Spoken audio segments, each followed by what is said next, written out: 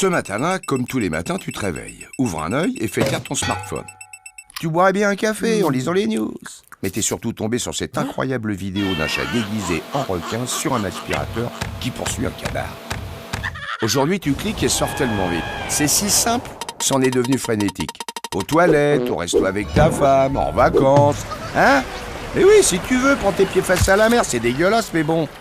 Internet est un incroyable moyen de répondre à ta curiosité, d'apprendre, de découvrir une multitude de choses.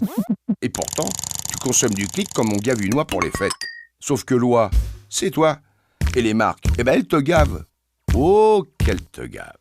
Et bien sûr, elles se gavent au passage. Ouais, tes historiques de navigation, tes informations sur Facebook, le contenu de tes mails et tes recherches Google sont de précieuses informations stockées par des monstres d'Internet. Tout un tas de sociétés publicitaires. Et quelques organismes au-dessus des lois. Plus tu cliques, plus tu en dis sur toi, sur tes goûts, tes intérêts et même sur tes petits vices. Toutes ces données sont ensuite revendues à des milliers d'entreprises qui n'ont plus qu'à se servir. Bon, ne crachons pas dans la soupe. Tout ça est quand même très utile. Google, c'est un peu ton père et ta mère à la fois. Il répond à toutes tes questions. Il est là, omniprésent dans ta vie.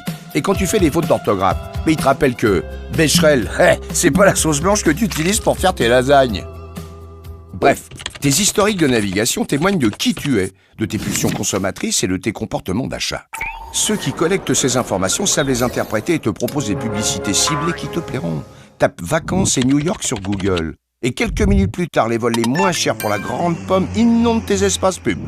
On appelle ça le retargeting, ou l'art de rentrer par la fenêtre quand t'es sorti par la porte. Tu es une aubaine publicitaire, te dis-je. Depuis 2009, sans t'en rendre compte, tu es même devenu un homme sandwich, porte-voix de marque que tu as liké. Et Facebook se charge de rappeler tous les jours à tes amis le fan que tu es. Tu n'es plus la ménagère de moins de 50 ans, le CSP+, ou le retraité.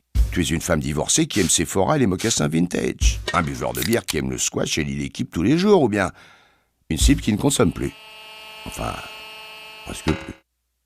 Une nouvelle révolution d'Internet s'annonce. C'est l'ère du Big Data, et nous n'en sommes qu'aux prémices. Nous collectons les données plus rapidement que nous sommes capables de les analyser.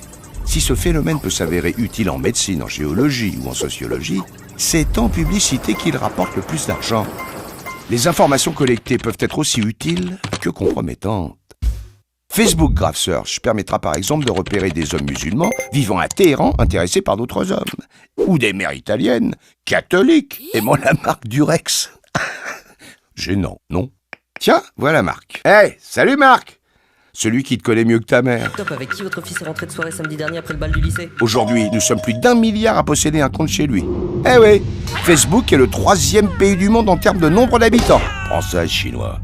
Sauf que les habitants de Facebook sont partout dans le monde et que ce beau pays d'exhibitionnistes ne répond à aucune autre législation que la sienne. Il fait ce qu'il veut, Marc. Sauf dans les pays qui n'ont pas forcément envie de savoir leurs habitants espionnés. Des pays qui le font très bien tout seuls. Alors, quand Marc est invité par notre président à l'Élysée, tu te doutes bien que c'est tapis rouge à tous les étages. Et en basket, monsieur, dame. S'il voulait, il pourrait même planter sa tente dans le jardin. Alors on fait quoi? On vide nos historiques de navigation, on supprime notre compte Facebook et on part au Tibet? Ou vous avez le droit de garder le silence. Et tout ce que vous direz sur Internet pourra être retenu contre vous. En fait, tout ceci est un échange de bons procédés. Les vidéos sur YouTube, les smart radios, les informations gratuites. Vous croyez quand même pas qu'on allait tout vous donner? Pour profiter de l'incroyable monde d'Internet, vous devez accepter que les marques vous connaissent et vous proposent un contenu publicitaire que vous aimez déjà avant le contenu que vous vouliez voir. Elle est pas belle la vie. Allez. Bon. C'est fini, oui.